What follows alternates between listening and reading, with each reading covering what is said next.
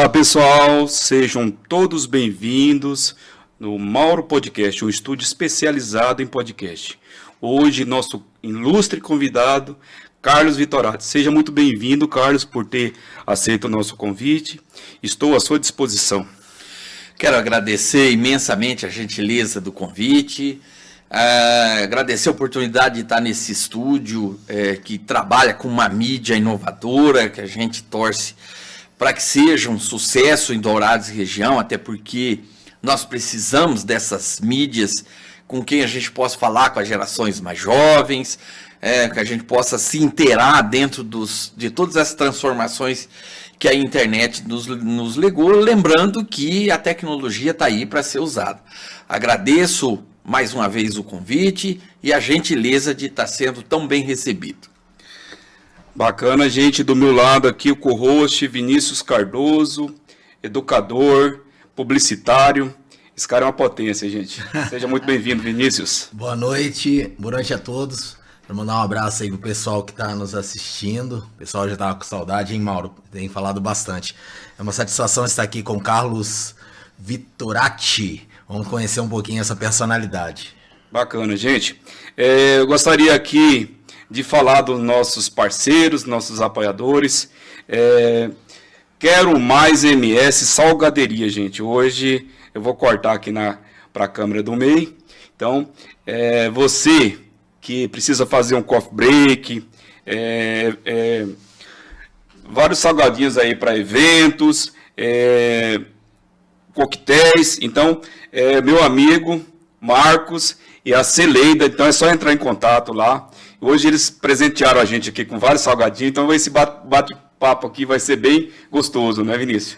Com certeza. Então, pessoal, você que precisa, segue nas redes sociais lá. Quero Mais MS Salgaderia, tá? No Instagram tá Quero Mais Fábrica. É só procurar no Instagram lá e seguir o Marcos lá, que, show de bola, hein? Bacana. Vamos voltar aqui para o nosso convidado, gente. Carlos Vitorati. Gostaria de saber um pouquinho da sua história de vida, toda a sua trajetória. É isso aí. Bom, eu sou da quarta geração de italianos, né, que se estabeleceram no Brasil naquela onda do café. Meu bisavô veio da Itália em 1872 para tocar café no Brasil. De lá, chegando em Santos, originalmente eles foram para Minas Gerais, depois teve um problema de adaptação do café em Minas, eles vieram para a região de Botucatu, ali fixaram, ali nasceu meu avô, nasceu meu pai, e depois eles migraram para o interior do Paraná, para a região de Maringá, né, um pequeno núcleo de colonização, que hoje é uma cidadezinha chamada Caloré, e é ali que eu nasci.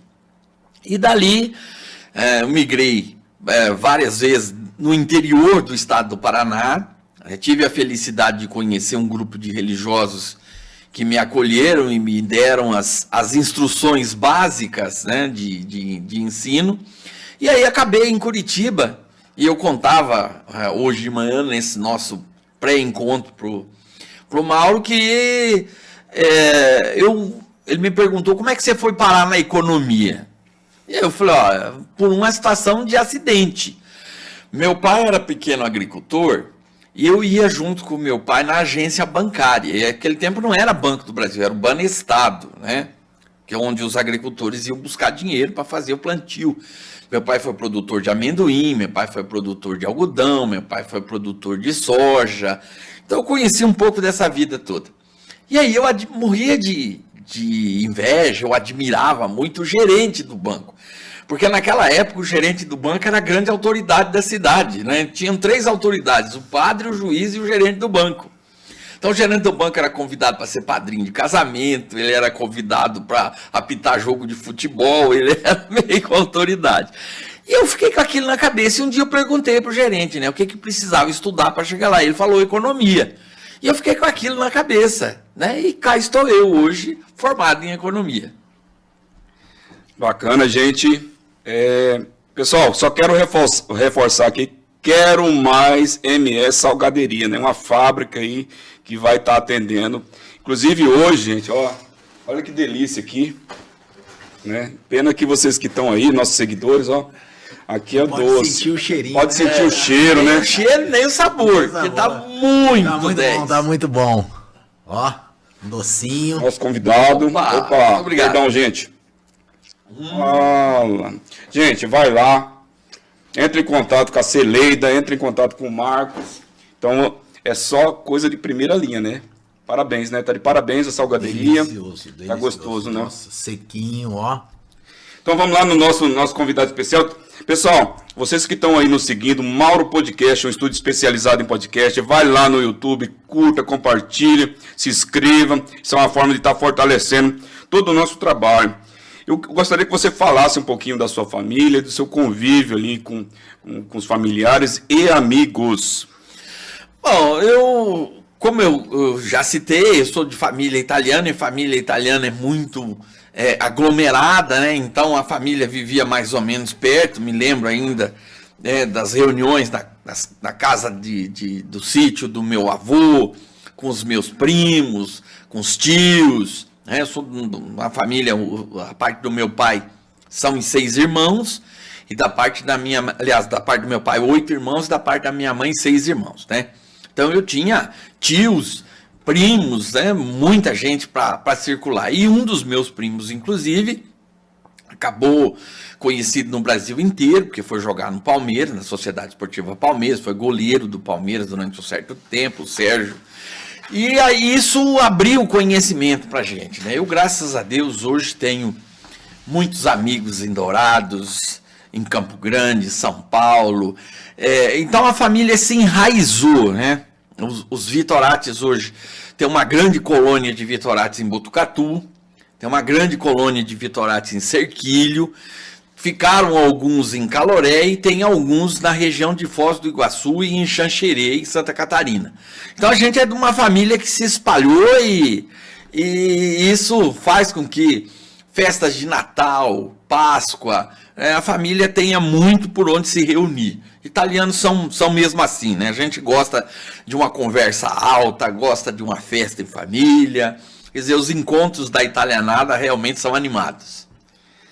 Bacana, gente. Mandar um abraço pro nosso Oswaldinho Duarte. A página do Facebook dele lá tá transmitindo ao vivo também. 90 mil seguidores. Um abraço aí, Oswaldinho. Obrigado aí pela força. Isso é gente boa. Hoje a pauta, gente, a gente tá conversando um pouquinho aqui, né, não é, Vinícius, com o Carlos Vitória, pra gente saber um pouquinho da vida dele, porque assim, a gente vai falar de economia, os desafios para 2024, mas nós não vamos entrar nessa pauta não, gente, não perca, daqui a pouquinho a gente vai entrar em política, os empresários, previdência, noção de planejamento pessoal e familiar, então daqui a pouquinho, gente, mas assim, primeiro a gente vai aquecendo os motores para depois a gente entrar nessa pauta maravilhosa aí, que ele vai dar super dicas, gente, super dicas, não percam, né? Você que está aí meio enrolado, financeiro, né? Então é a forma da gente estar extraindo o que é de melhor do economista.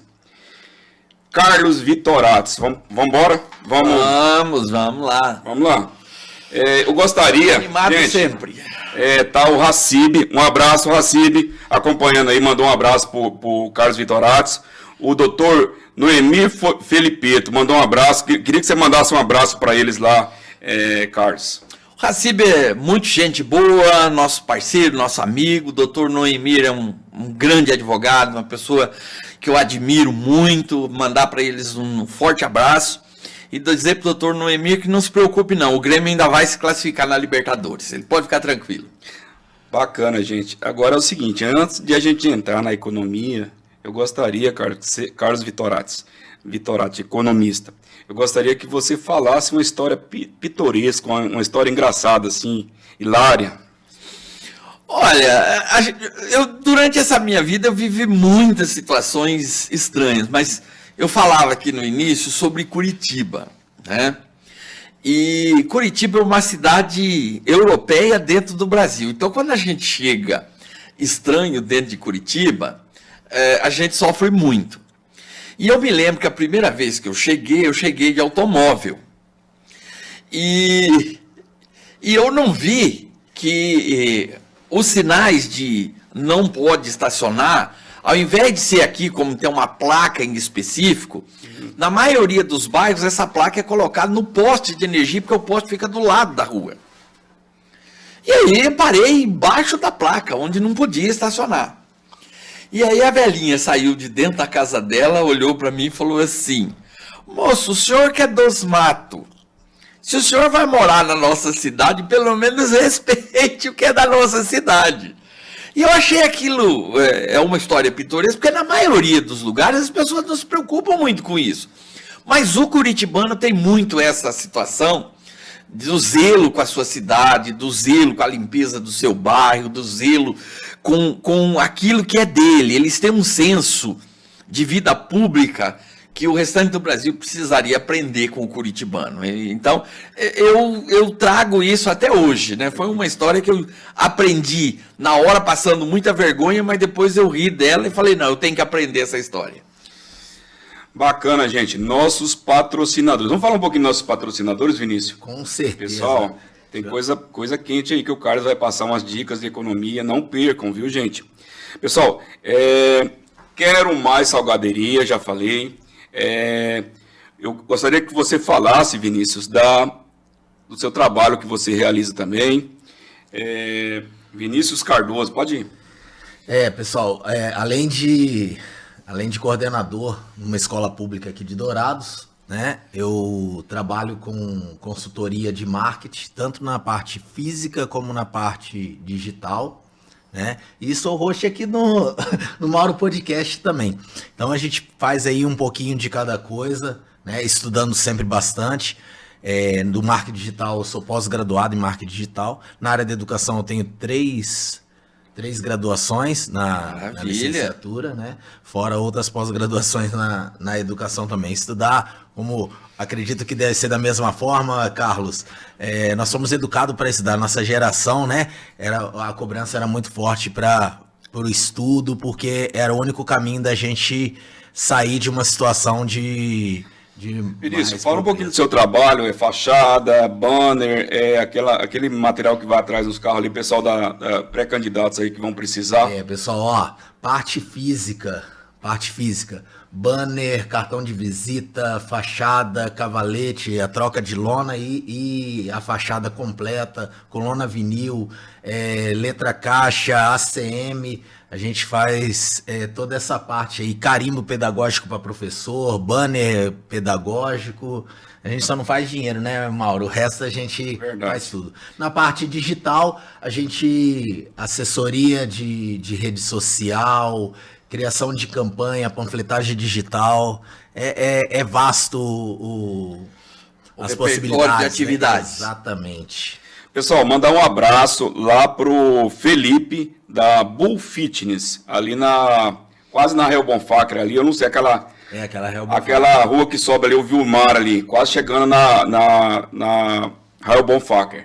Doce Vícios, nossa amiga lá, Grazi, a empreendedora da intimidade, ela vai estar aqui dia 24 às 14 horas e a gente vai estar fazendo um bate-papo legal com a Karina. Então você aí que queira entender um pouquinho de depilação, né? Não só as mulheres, né? Mas os homens também, a gente vai estar aqui. Carlos, você comentou que você se identificou com a sua profissão de economista através de um gerente de um banco, e aí ele falou assim, não, tem que fazer economia para ser um gerente de um banco. E aí você se encontrou nessa área, e qual foi as experiências que deu certo e quais as experiências que não deram certo? Eu tive o privilégio de fazer estágio, a minha faculdade era uma faculdade diurna, então exigia estágio, de fazer estágio num banco de desenvolvimento. O Paraná tem um banco chamado BADEP, Banco de Desenvolvimento do Estado do Paraná. E eu fui fazer estágio exatamente no sentido de verificar capacidade de endividamento de empresas, trabalhar com um cadastro de empresas. E isso foi muito importante para a minha formação, porque ali eu já comecei a perceber o quanto o empresário sofre, o quanto ser empresário no Brasil é um grande desafio. Às vezes a gente olha de fora, a gente não tem ideia Por exemplo, eu vejo o Vinícius aqui empreendendo, o Mauro empreendendo, eu trabalho com vários outros empresários que estão aí na luta. Gente, abrir uma empresa, pagar tributo, registrar funcionário, é um desafio imenso num país que não tem essa cultura de privilegiar seu empresário. É muito difícil. E eu tive esse privilégio de aprender lá na prática.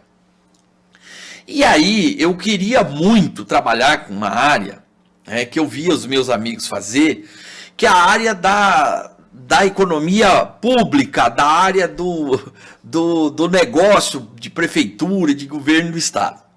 E aí realmente eu vi que eu não tinha vocação para coisa, sabe? Porque é muito complicado. Nós que estamos na área do negócio, a gente quer ver as coisas acontecer dentro de um ritmo, dentro de uma situação de que eu preciso resolver isso agora. E na área pública as coisas têm um tempo diferente. Para comprar alguma coisa você precisa de abrir uma licitação, isso demora tempo para resolver um problema. Então isso me angustiava de um tal tanto que eu não aguentei 6 meses. Foi a pior experiência da minha vida. Carlos Vitorati, hoje você faz, assim, a gente teve que tomar uma conversa de bastidores aqui, viu? Hoje nós teve que levantar a vida do Carlos Vitorati. A gente passou o dia, obrigado, agradecer a nossa produção, nossa equipe, né? Tá de parabéns, não foi fácil não. Carlos, hoje você presta, além de dar aula na universidade, você presta assessoria financeira. Sim. Tá. E como que essa é uma mentoria, é um workshop, como que é essa assessoria financeira? Ou não, você dá um trabalho diferenciado? Vende um pouquinho do seu, faz um merchan aí. Eu vou usar um pouco da experiência da área médica. Quando você fala em fazer uma consultoria, é como se você fosse no médico, o médico olha, faz uma consulta e te dá um remédio. Isso é uma consultoria. A assessoria é como se eu fosse fazer um tratamento a médio prazo. Eu na condição de médico, vou dizer, você tem esse problema, mas eu preciso trabalhar com você durante 6 meses, durante 1 ano para resolver isso. E a gente desenvolveu uma metodologia, e essa metodologia é nossa, eu que criei, junto com a minha equipe, com os meus alunos. Nós criamos uma metodologia em que a gente faz assim, para mostrar para o empresário onde é que a empresa dele tem problema, a gente correlaciona os gastos financeiros dele com o faturamento. Então diz, olha, tua folha de pagamento, isso aqui é um exemplo, tá? Porque cada empresa é uma empresa. Mas vamos dizer lá, sua folha de pagamento não pode representar mais de 10% do teu faturamento. Então se num determinado mês deu 13, deu 14, eu sei que ali tem um problema. Olha, o teu gasto com viagem, o teu gasto com compra, o teu gasto com...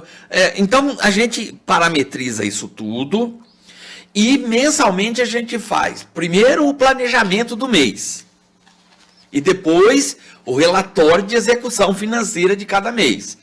Então, a primeira coisa que a gente fala para o empresário é que ele precisa aprender a dar tempo para a empresa dele.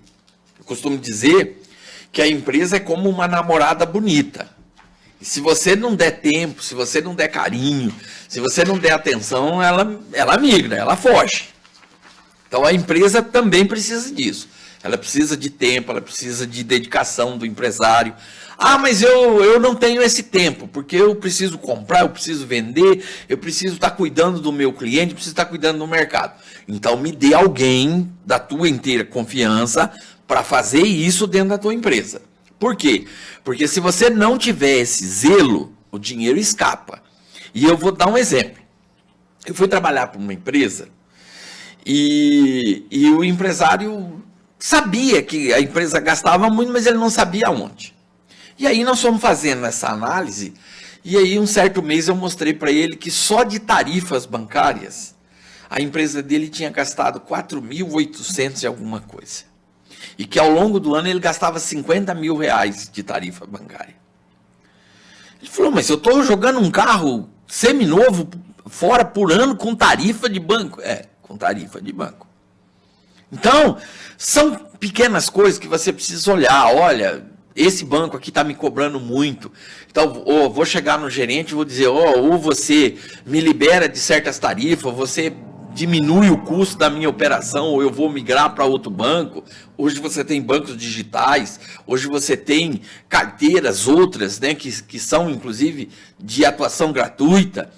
Então, são essas situações que a gente tenta resolver quando você fala de fazer uma assessoria financeira. Bacana, gente. Vamos falar um pouquinho de podcast, Vinícius? Hoje eu vim preparado aqui, viu? Só que o duro que é memorizar tudo isso. Podcast é uma ferramenta poderosíssima, né? A gente está chegando aí à pré-campanha. Então você, pré-candidato, então vem aqui conhecer o nosso podcast. Gente, eu fiz aqui um apanhado, eu tô assistindo um podcast chamado Arquimedes, mas não vai para lá não, viu? Fica aqui que a gente dá conta. Então, pessoal, podcast é fácil de acessar, né? Você consegue acessar no YouTube, no Spotify, né? Então é tranquilo ali. Conteúdo sobre demanda, quer dizer, você consegue ouvir qualquer horário. Então você está lá na academia, você está lá fazendo uma comidinha, você coloca lá no Spotify, você vai conseguir ouvir, ou mesmo ali no celular ali, você coloca lá no YouTube, você vai conseguir assistir ali o podcast, Mauro Podcast, viu, gente? A conexão é mais profunda, você fala diretamente com o seu público. Então, gente, isso é muito relevante.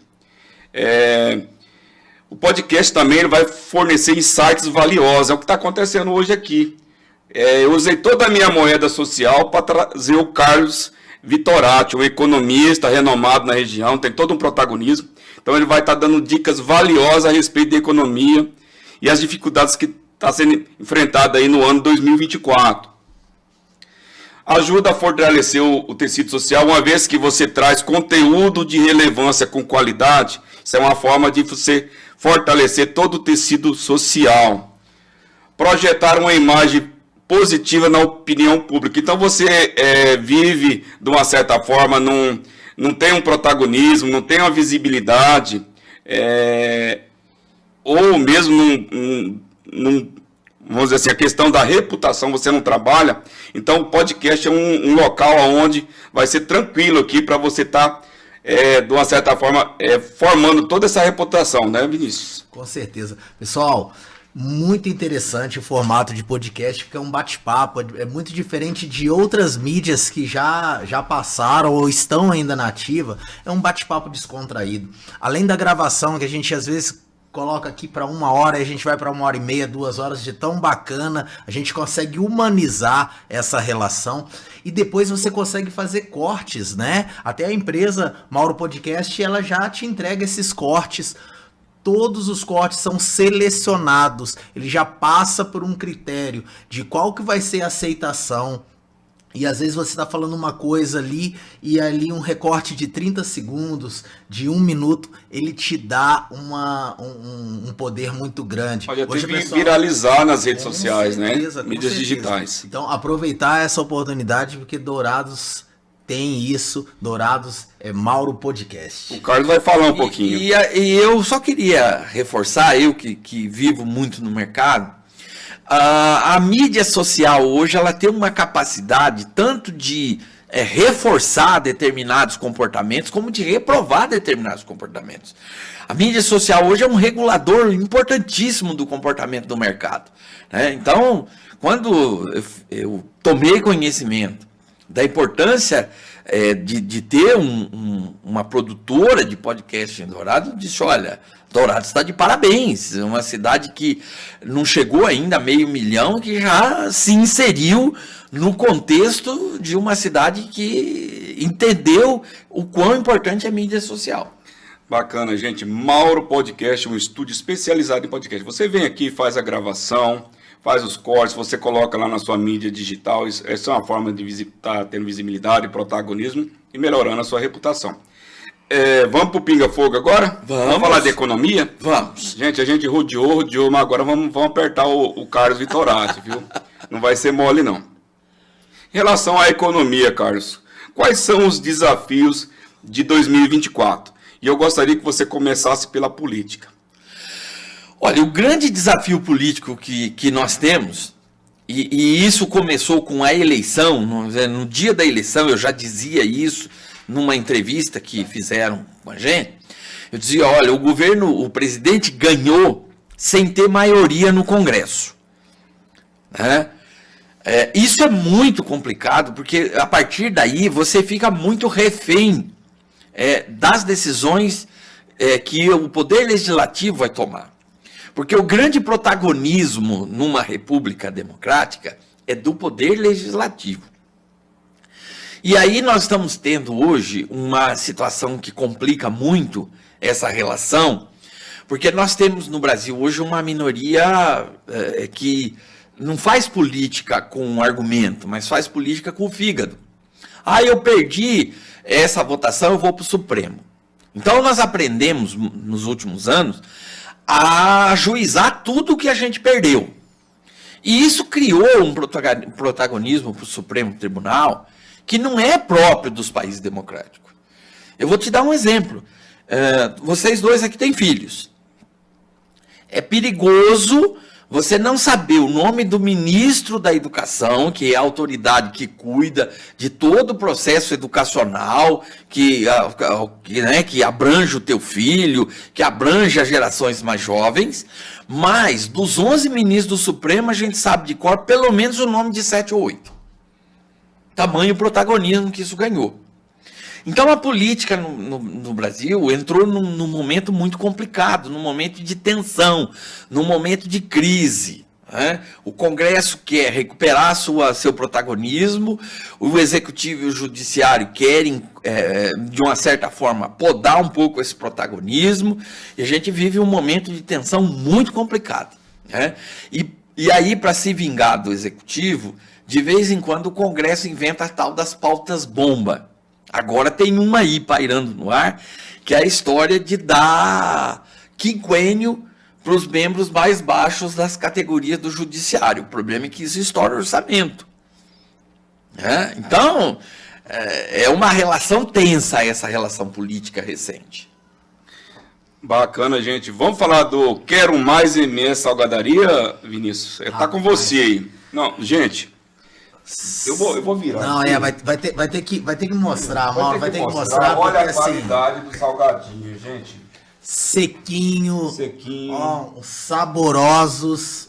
Estão de parabéns. Vocês precisam experimentar, gente. Qualquer tipo de evento, né, Vinícius? Não, eles vendem também, Mauro, no atacado e no varejo. Então, você tá com vontade de comer, né? Uma porçãozinha aí de salgados. Tem salgados e tem doce, né, Mauro? Sim, você que é empresário aí, precisa fazer um coffee break, né? Exatamente, você quer fazer aquela um evento para destacar o funcionário do mês. Exatamente, eu acho que é assim. E é prático, né, Mauro? Porque hoje você vai inventar qualquer coisinha para fazer, é uma mão de obra. Ali, ó, embalagem bem higienizadazinha, ó.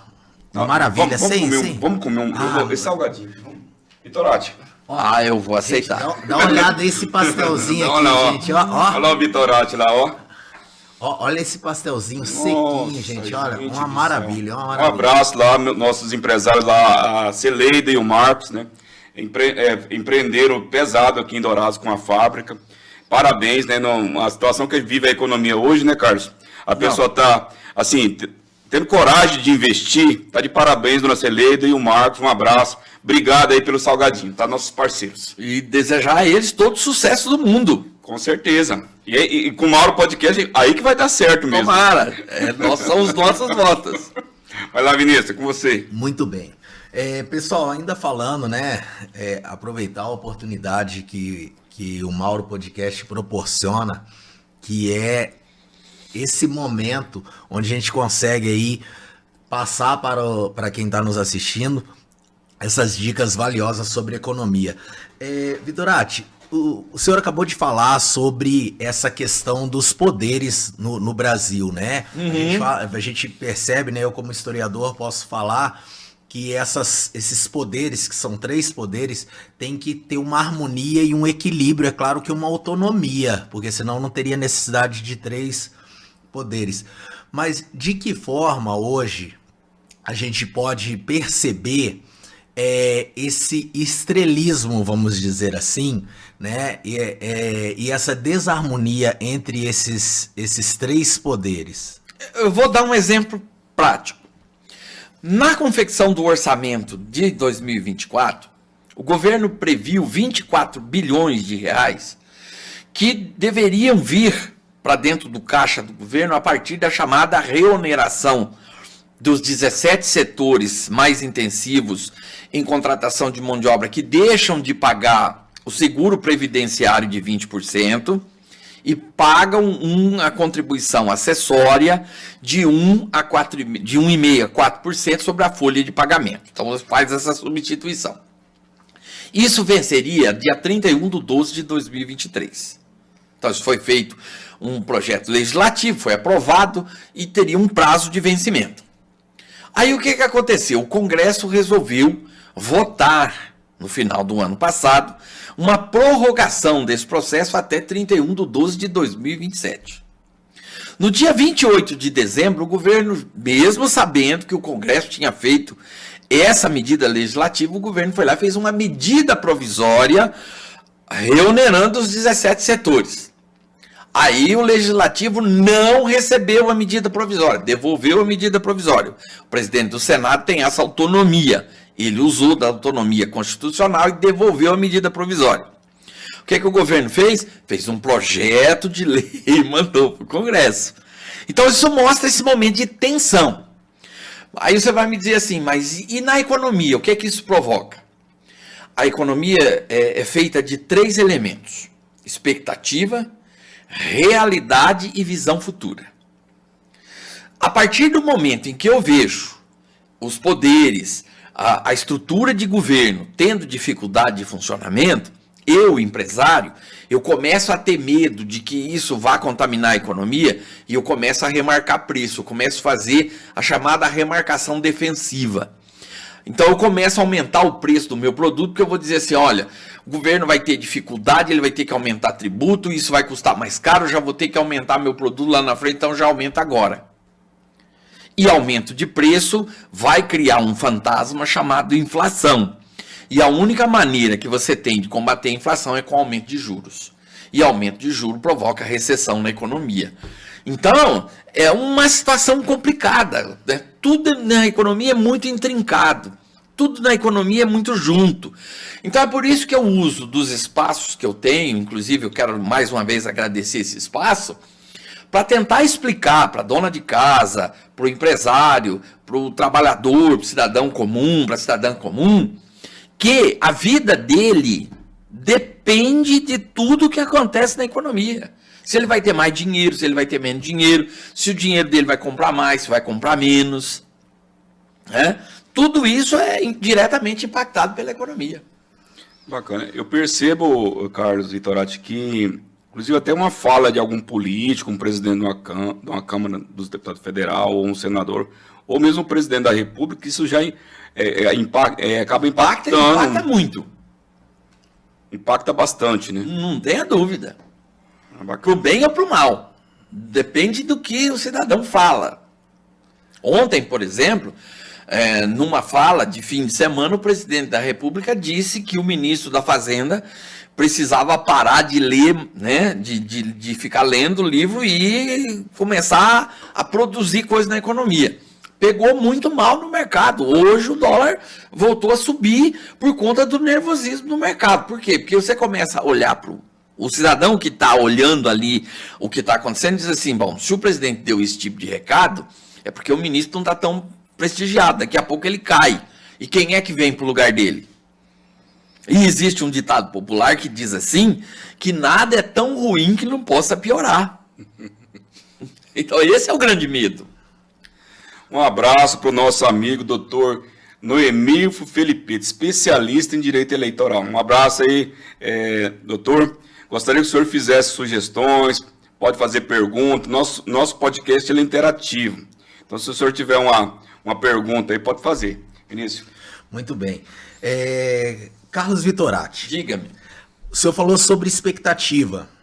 E aí, eu vou pegar alguns dados aqui, que a nossa equipe produziu com muita competência, né?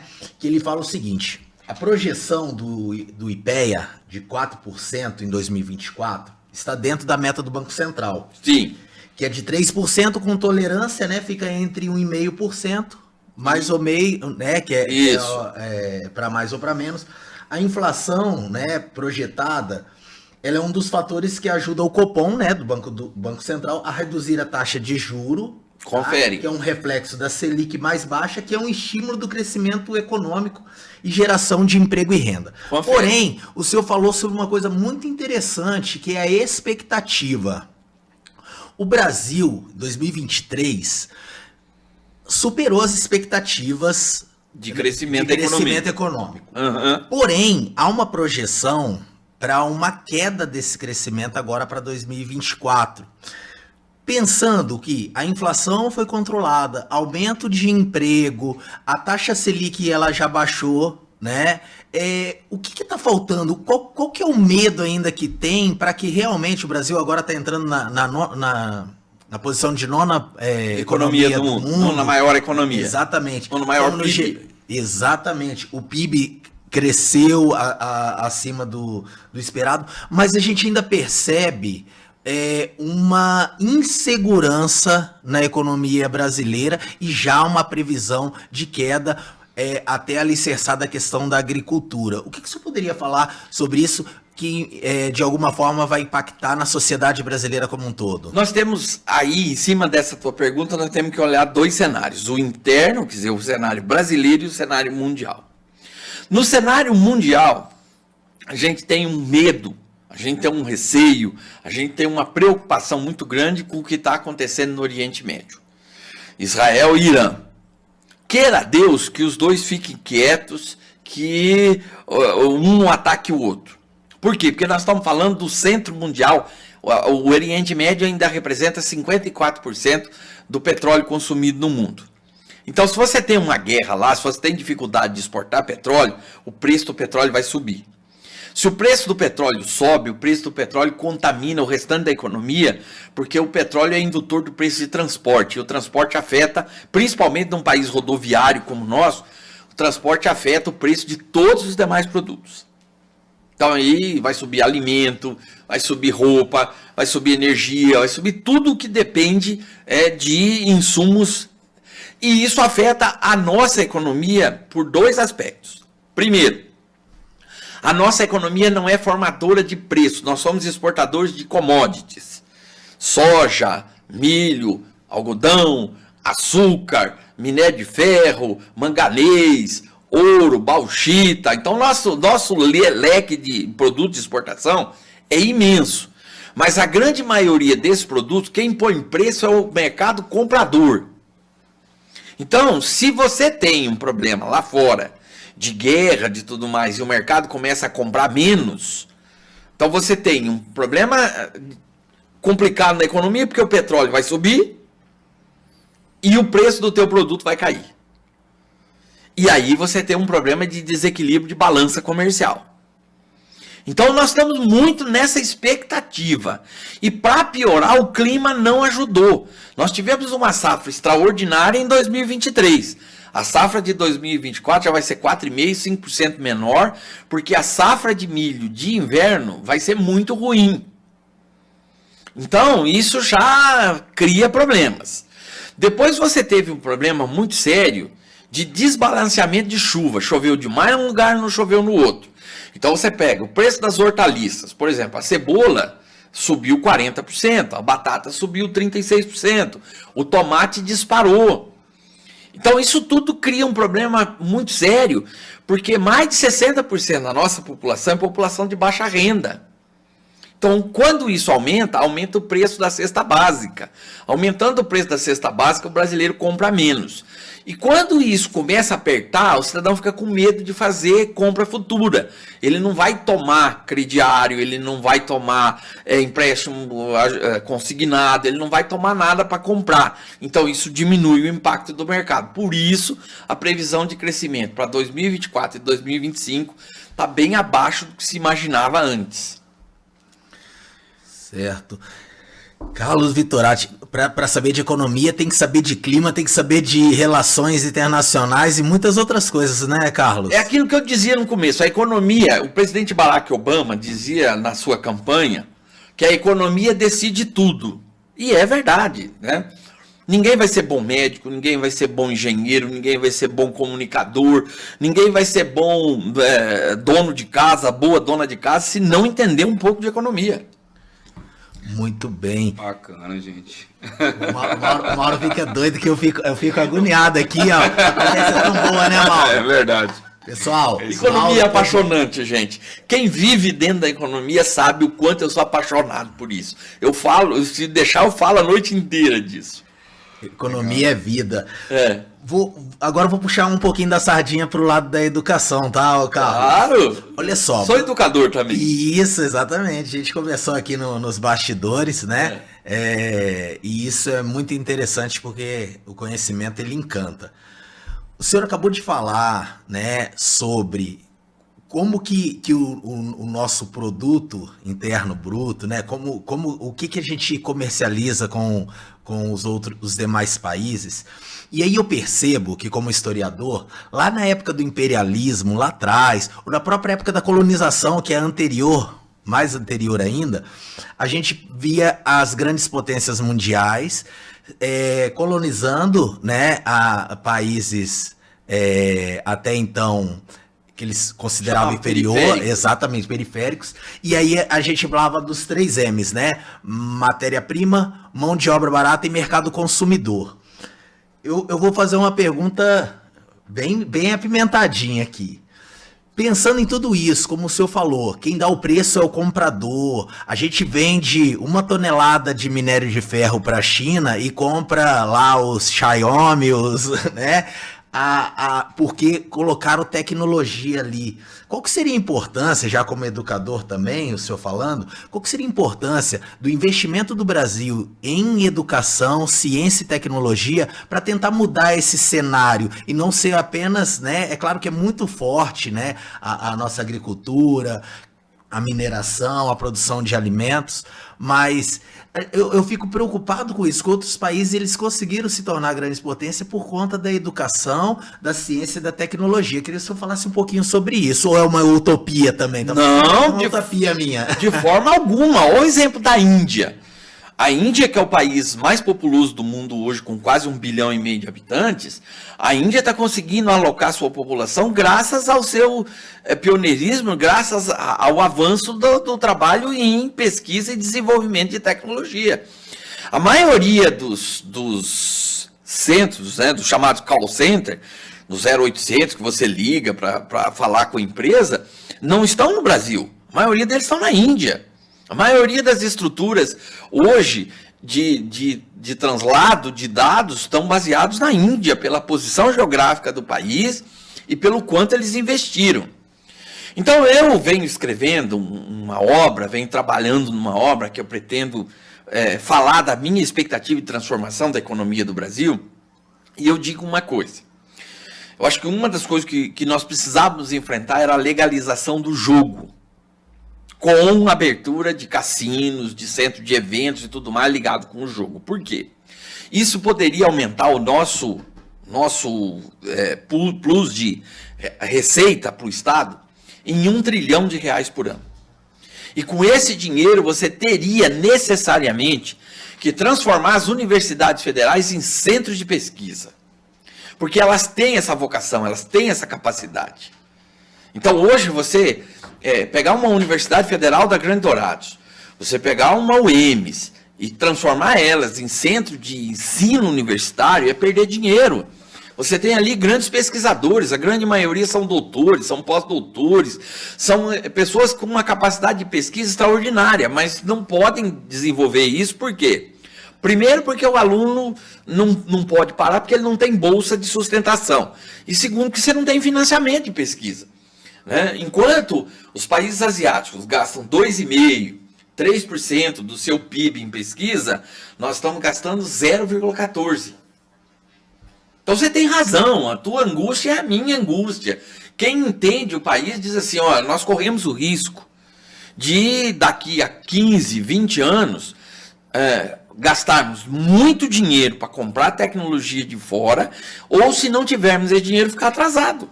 Porque, como muitos países estão ficando. Então, você pega, por exemplo, os países da América Central, alguns países da África, eles estão ficando em séculos atrás, porque eles não conseguem avançar para a realidade de acompanhamento tecnológico que nós temos hoje. Por exemplo, nós temos países como Haiti, Jamaica, etc. tal, que não chegaram no 3G ainda. O Mauro me olha com a cara assustada. Os caras estão tentando chegar no 3G. O resto do mundo já está falando no 5G e já tem gente pesquisando para desenvolver o 6G.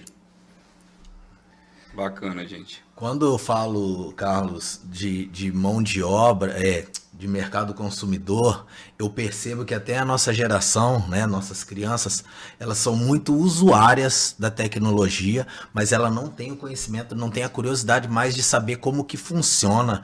Então, realmente, isso me deixa um pouco angustiado, porque a gente tem, ao contrário de outras, de potências mundiais, nós temos a matéria-prima aqui, falta essa tecnologia. E como bem o senhor falou, os poucos ainda que conseguem se destacar como grandes pesquisadores acabam indo para o mercado internacional. Isso é fato. Deveria ter uma política. Às vezes estudam em universidades públicas, né? Ou seja, com dinheiro público, e não tem uma política para realocar ele no mercado nacional, porque realmente falta esse tipo de investimento.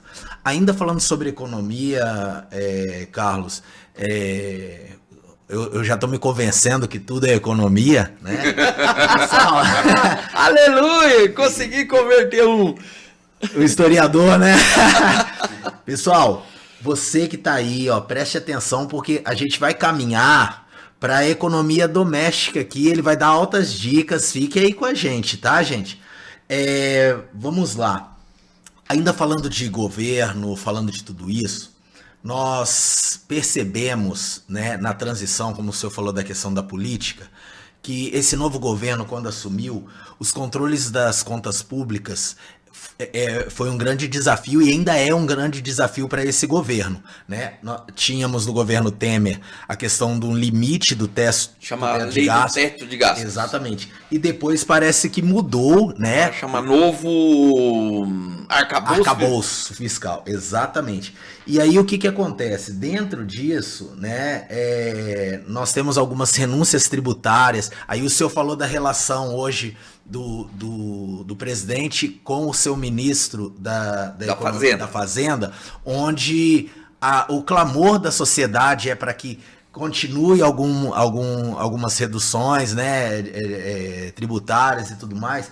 E eu vi aqui que essas renúncias tributárias, elas chegam a 300 bilhões a cada ano. E os cientistas políticos, eles se preocupam se isso de alguma forma volta para a sociedade, porque foi isso que foi sugerido para essa renúncia. Eu queria que o senhor falasse um pouquinho dessa questão do controle das contas públicas, né? Até mesmo porque isso está muito atrelado com a questão do PIB, do crescimento e tudo mais. Eles fizeram até um cálculo, né, que esse teto poderia ser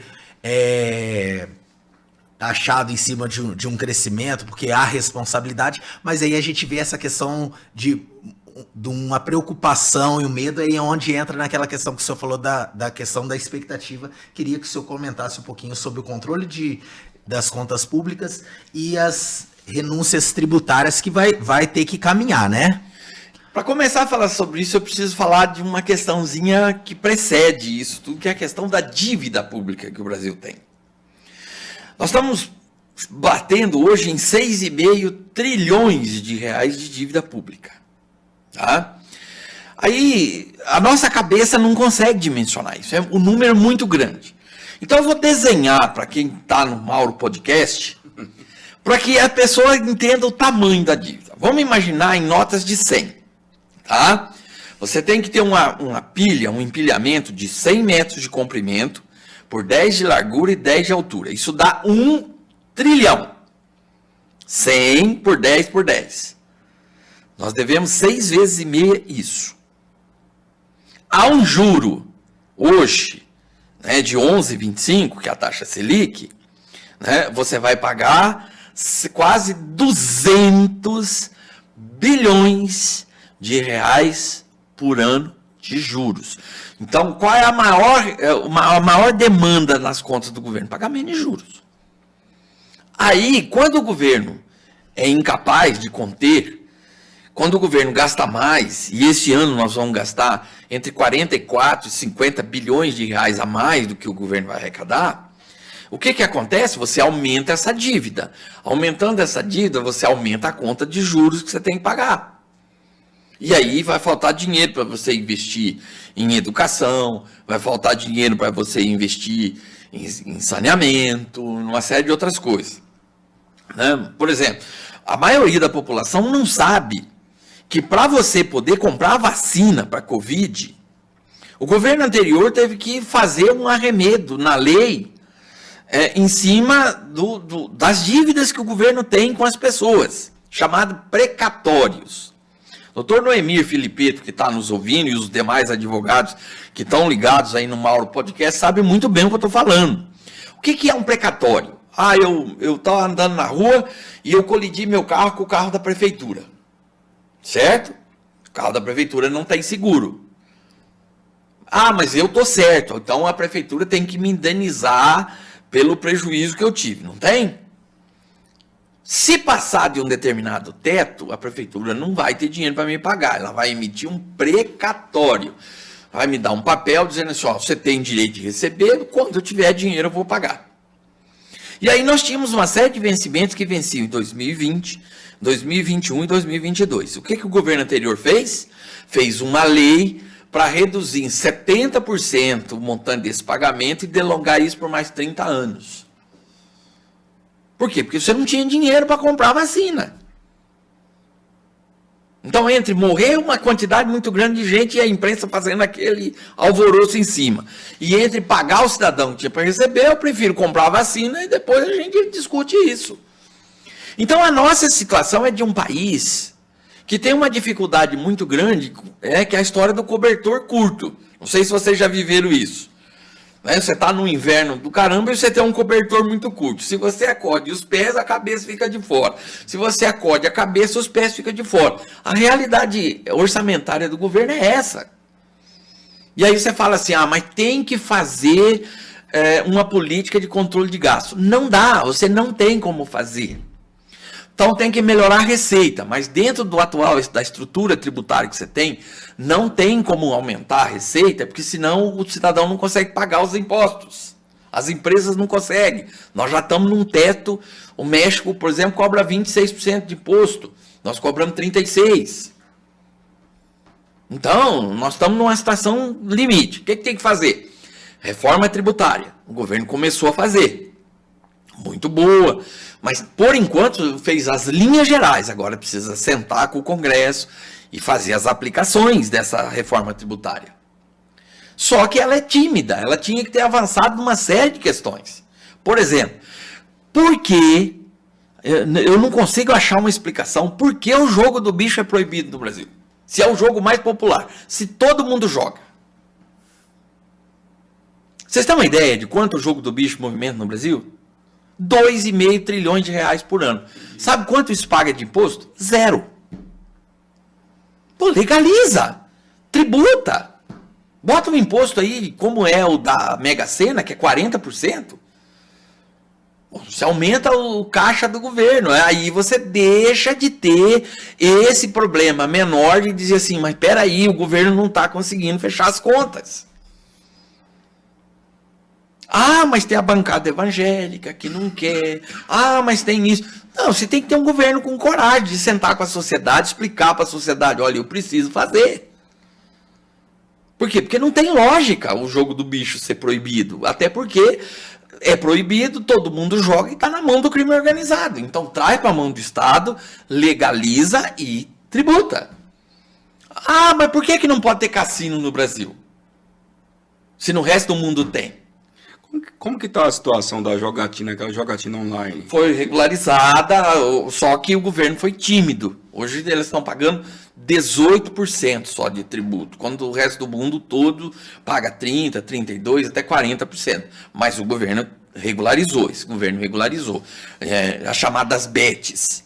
Então, inclusive, essa semana saiu uma regulamentação dizendo que não se pode jogar dinheiro naquilo, tem que ser por meio de Pix, ou por meio de um outro meio eletrônico de pagamento, para você saber de onde está saindo, para controlar, para que menores de 18 anos não apostem, para que as pessoas não se dividem em excesso, mas foi regulamentado, graças a Deus. Carlos, você comentou Carlos Vitorati, gente, economista, esse é o cara, viu? Você comentou do cenário global, cenário nacional. Vamos voltar aqui para nossa realidade aqui, Dourados? Vamos falar dos empresários? Vamos. Qual que é as dicas, o que você, assim, qual que é a visão que você tem para passar? Aquela forma bem, assim, qual é a visão, né? Fique ligado. Bom, primeira coisa importante que a gente precisa dizer para o empresário além de você saber comprar e vender, que isso é o essencial de uma empresa, como é que eu compro, como é que eu armazeno, como é que eu seleciono meu cliente, como é que eu vendo, você precisa começar a se preocupar com o dinheiro que passa por dentro da tua empresa. Porque se você não controla, todo esse esforço que você está fazendo vai embora. Por quê? Porque o dinheiro não é seu.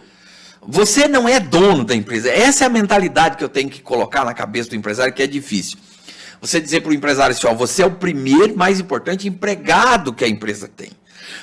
Quando eu estou falando para você que você precisa ter um prolabore que a empresa possa te pagar, significa dizer que você precisa saber viver a partir de agora com aquilo que a empresa pode te dar, não é o quanto você quer tirar de dentro da empresa.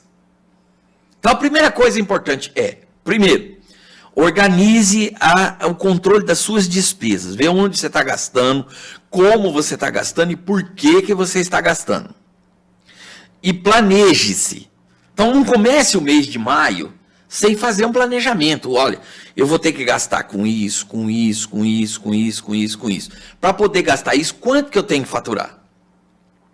Então você tem que aprender a trabalhar com metas, com objetivos definidos. E isso não vale só para a empresa, isso vale para a nossa casa. Então a primeira coisa que eu falo para as pessoas quanto você ganha? Você sabe certinho quanto você ganha? Sei, eu ganho tanto. E como é que você gasta esse tanto?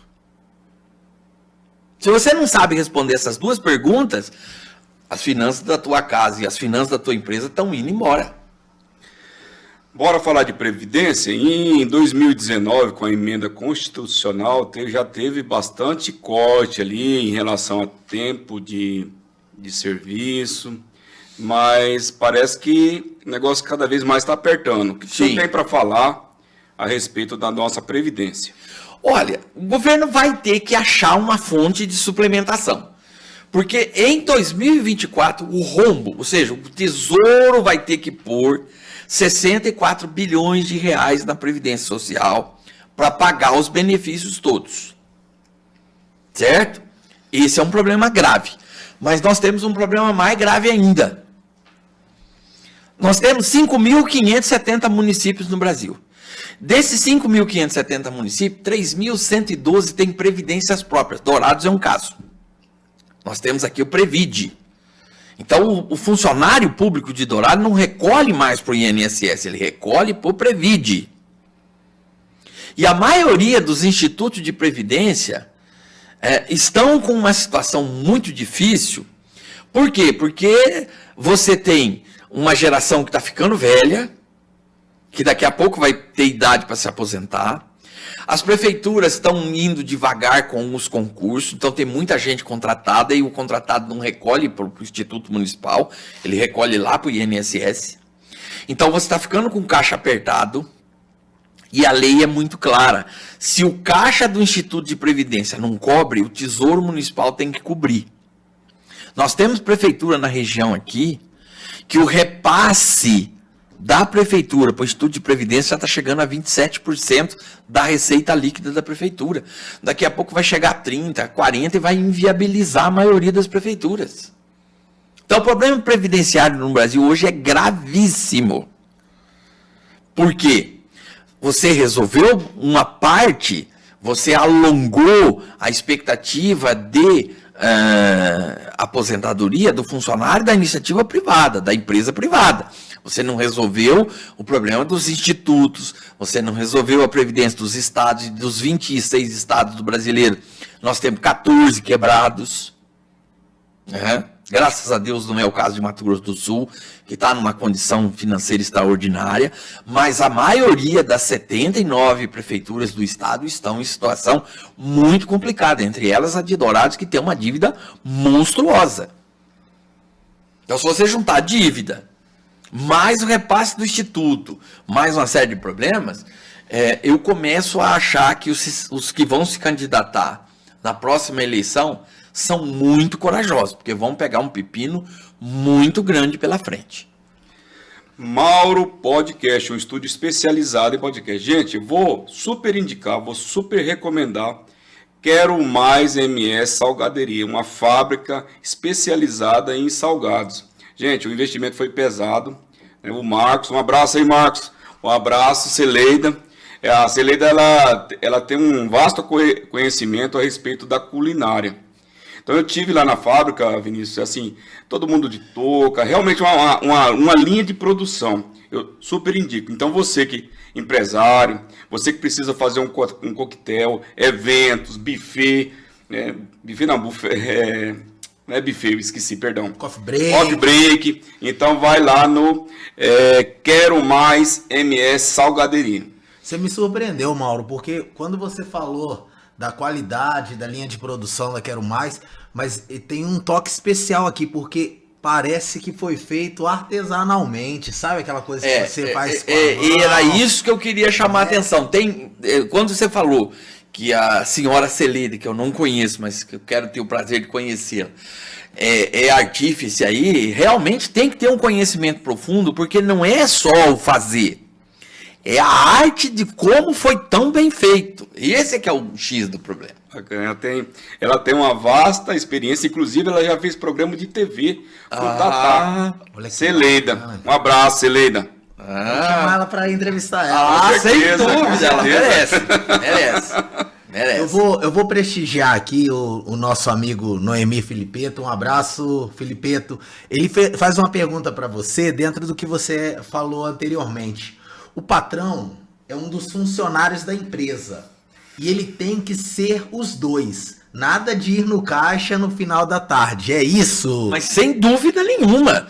Ou seja, ele tem que ter uma data para ter a retirada dele e ele tem que aprender a viver com aquela retirada que a empresa pode pagar. O funcionário dele não vive com o salário? Ele tem que aprender também. Ah, mas a empresa teve lucro no fim do ano. Bom, aí você vai fazer uma divisão de lucros e tudo mais. Mas primeiro você precisa zelar dela para que ela te dê lucro. Depois você tira. Bacana, gente. Mauro Podcast, um estúdio especializado em podcast. Você que precisa de visibilidade, protagonismo, melhorar a sua reputação, principalmente os pré-candidatos aí às eleições municipais de 2024. É muito importante você estar aqui vindo fazer uma eu queria aproveitar, Mauro, a deixa, já que você falou dos pré-candidatos, desculpando te interromper, mas já interrompendo, pedir a eles um olhar todo especial e particular com a questão do desenvolvimento de Dourados. Nós precisamos olhar isso com muito carinho. Dourados é um centro regional de negócio que precisa ter esse olhar, que precisa ter esse carinho. Olha, nós precisamos desenvolver Dourados. E como é que você faz isso?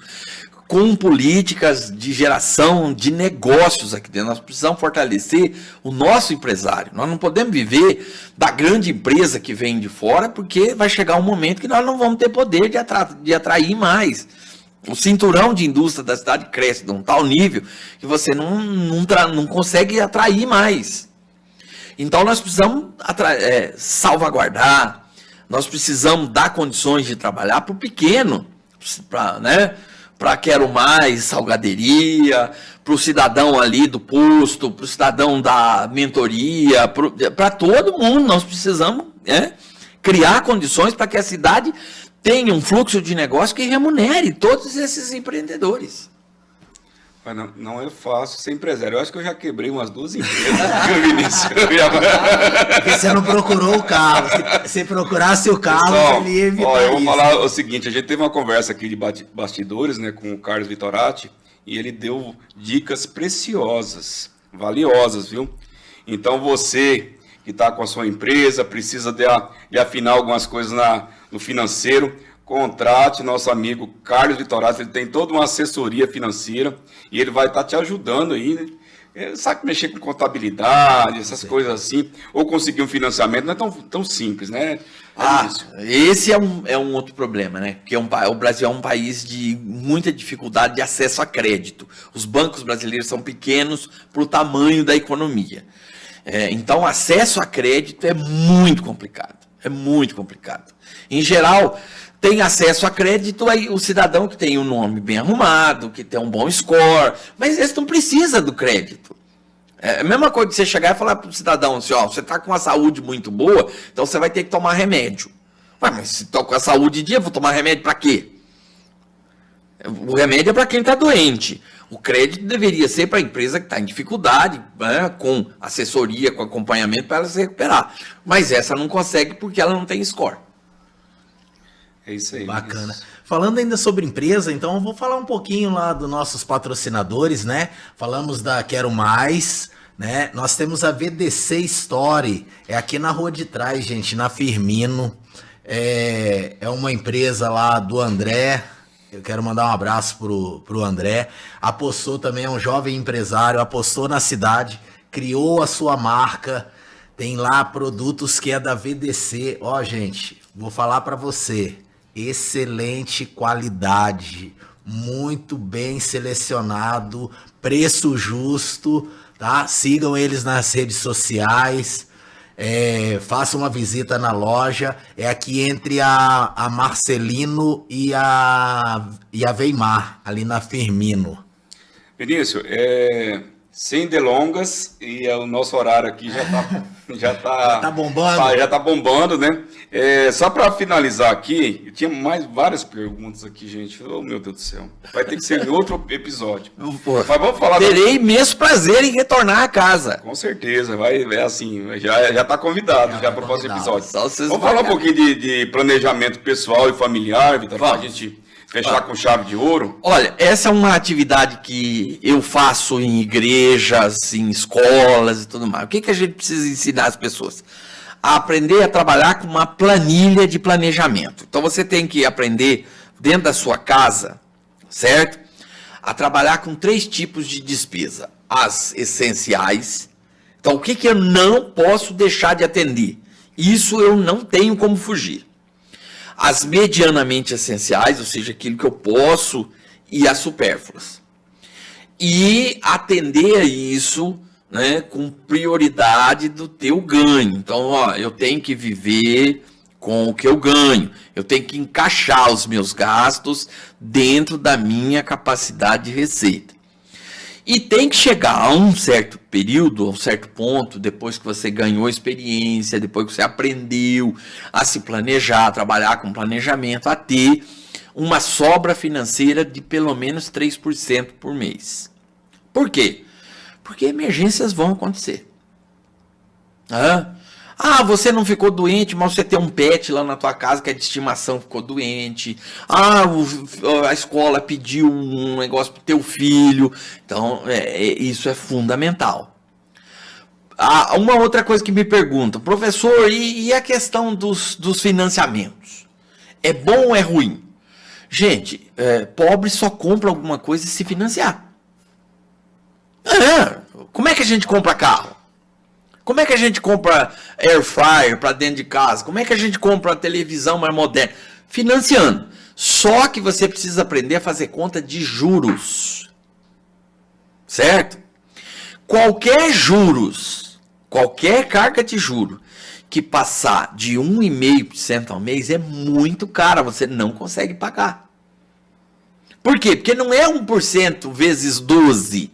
É 1,5% em cima do que eu fiquei devendo no mês 1, que ficou em cima do que eu devendo no 1 e no 2, ou seja, é juro cumulativo. Então nós precisamos ensinar a nossa dona de casa, o nosso empresário a fazer a conta de juros. Juro no Brasil é um problema muito sério. O juro no Brasil é muito caro.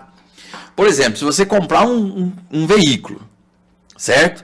Em 60 vezes, com juro de 1,5%, quando você terminar de pagar o veículo, você pagou 2,5 veículos e tem um usado.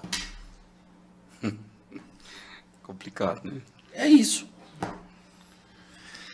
É isso aí, gente. Uma super dica aí do Carlos Vitorati, economista, professor universitário. Presta assessoria financeira para empresários. Então, a oportunidade aí de você estar contratando realmente um profissional que vai estar te atendendo em sua empresa. Carlos Vitorati, eu gostaria que você passasse uma mensagem final para o mundo, para o Brasil e especialmente para Dourados. Eu queria ter o prazer de retornar a casa numa expectativa futura, num momento futuro, para a gente falar também das expectativas do Brasil, porque o Brasil tem tudo para ser a grande potência da segunda metade desse século. Nós temos a maior possibilidade de exploração de energias renováveis, nós temos sol, nós temos cana, nós temos lítio, nós temos uma série de coisas que podem fazer desse país uma potência. Mas nós precisamos trabalhar com 3 coisas importantes: educação, tecnologia e planejamento. Né? Nós precisamos aprender esse tripé dentro da nossa economia. Então a mensagem final que eu quero deixar é: acreditem no seu país, mas façam como o presidente Kennedy pedia para os americanos. Né? Não pergunte o que o seu país pode fazer por você, mas o que você pode fazer pelo seu país. Como é que você pode se empreender? Como é que você pode se enriquecer cada dia mais? Como é que você pode crescer? Como é que você pode contribuir para que Dourados seja melhor, para que Mato Grosso do Sul seja melhor, para que o Brasil seja melhor? Bacana, gente. Vinícius, eu gostaria de falar um pouquinho rapidamente aqui a nossa programação. Dia 24 vai estar aqui a Karina Pérez, cera marroquina, depilação. Vinícius, você gosta de depilação? Eu acho que hoje... não vai contar pra mim não, né? Eu penso assim, ó a careca aqui, ó a careca. Eu acho que assim, vários tabus já foram superados, né? O homem ele é vaidoso. Não, ele aprendeu que ele precisa ser bonito, higiênico, também. Né? Precisa ser bonito. Não é o meu caso, mas... Eu tô bem lisinho. Você é tranquilo. Tranquilo. Inclusive, a Karina até me convidou para ir lá na depilação. Eu vou depois do bate-papo, que eu ainda tô trabalhando ainda e tal. A ideia. Acho que eu vou fazer um make-off lá do Mauro aí. Mas assim, com todo respeito, uma profissional. Ela atende vários homens no... Gente, hoje é uma questão de higiene, de beleza. O estúdio dela tem um estúdio. As pessoas precisam ser bonitas e higiênicas. Sim. Bacana, Karina. Parabéns pelo trabalho. Vai estar a Grazi Doce Vício, que é a empreendedora da intimidade, vai estar ajudando. Vai estar a Carol Pérez, que é filha, né, da Karina. Então, dia 24 às 14 horas, quarta-feira. Vamos passar aqui para o próximo. Tem só fera essa semana, viu, gente? Você que tem dúvida, gente, que assim, realmente, para algumas pessoas ainda é um tabu, né? Assistam a live, pergunte, né? Pode falar assim, não, um amigo meu que quer saber, não tem problema grande não, Valfrido, vocês vão ter aqui o grande Valfrido Silva. Sim, gente, não percam, dia 25 de abril, quinta-feira, às 19 horas. Esse cara aqui é uma personalidade, é jornalista político. É um mestre do jornalismo político de Mato Grosso do Sul. Eu fiquei encantado com os textos dele. Ele é fantástico, ele conhece de política... o senhor Valfrido conhece. Então, pessoal, não percam, vai ser o contraponto, viu? E o Vinícius já tem uma semana já que está se preparando para esse podcast, toda a nossa equipe, a produção aí está se debruçando, que é muito material, viu? O cara tem um material rico, né, Vinícius? Não, os textos dele, gente, ó, quem puder, vai lá, só pesquisar que você vai ver a coluna dele excelente. Pensa no cara que sabe usar as palavras. Ó, show de bola. É gente boa. Pessoal, doutora Rosa Medeiros, mulher de fé, né? É amiga pessoal minha, eu sou amigo da Nádia, que é amiga dela. Então ela vem falar um pouquinho da sua trajetória pessoal, a sua biografia pessoal e profissional. E vem falar da fé também, isso é muito importante, não é, Carlos? Não tenha dúvida. Então eu vou cortar aqui na câmera do meio. Então, gente, não perca o dia 30 de abril. Mas assim, vou marcar até o dia 30, ainda vai ter mais outros episódios. O Tiago Botelho agendou para dia 26, mas em razão de de uma agenda, ele não vai poder estar vindo fazer o podcast. Por isso que eu não vou anunciar aqui, mas está na agulha também esse bate-papo, né, Vinícius? Tá sim, a expectativa é grande, né? Muitos educadores ali pedindo para conhecer esse outro lado do Thiago aí, a gente bater um papo, humanizar as relações, conhecer um pouquinho da história dele, vai ser muito interessante. Gostaria de agradecer Carlos Vitorati por ter aceito o nosso convite. Foi assim, esse bate-papo foi maravilhoso tê-lo aqui, você compartilhando todo o seu conhecimento, da sua expertise, seu know-how. Então, assim, só tenho a agradecer. Eu acho que é uma forma da gente estar aí levando conteúdo de relevância e de qualidade. E agradecer todo o nosso público por ter nos acompanhado. E vai lá, pessoal, no Mauro Podcast, compartilhe, dá o like, se inscreva no canal. Isso é uma forma de estar fortalecendo. E eu vou deixar aqui o Carlos Vitorati se despedir, mas eu gostaria que o Vinícius fizesse uma falinha e fizesse os agradecimentos ao nosso convidado. Pessoal, gostinho de quero mais, seu Carlos, eu mesmo, a hora que fechar a câmera aqui, eu vou ficar até meia-noite aqui. Inteiramente à disposição, é só me convidar, nós somos daqui de Dourados e é um prazer estarmos compartilhando um pouco que a gente sabe. Maravilha. Pessoal, você aí, que tem seu comércio, quer ter visibilidade, vocês perceberam hoje que nós falamos dos nossos patrocinadores. Aqui tem o contato, do Mauro, tá? Anuncia aqui com a gente. Tem visibilidade, porque além da transmissão ao vivo, os vídeos ficam ali no YouTube, nas redes sociais. Tem os cortes também que acaba aparecendo e quem não é visto não é lembrado, né? Então eu quero mandar um abraço aí pro Felipe lá da Bullfit, Fitness, o André da VDC, né? Junto com a Stephanie. Quero mandar um abraço pro Marcos da Quero Mais. O salgado tá nota 10. 1000. Então, gente, é isso aí. Carlos, eu vou deixar você se despedir. Não, eu só quero agradecer esse espaço, a gentileza de ter sido recebido nesse estúdio maravilhoso, nessa ferramenta que para mim também é uma novidade, é uma ferramenta inovadora. Dizer que eu tenho muito orgulho de poder falar com a população de Dourados e naquilo que a gente puder ajudar as pessoas. E se for possível, gostaríamos de retornar à casa, porque eu achei que o tempo foi muito cruel com a gente. Né? Não deu para falar tudo que a gente queria. Pessoal, um abraço e tchau a todos. Até a próxima.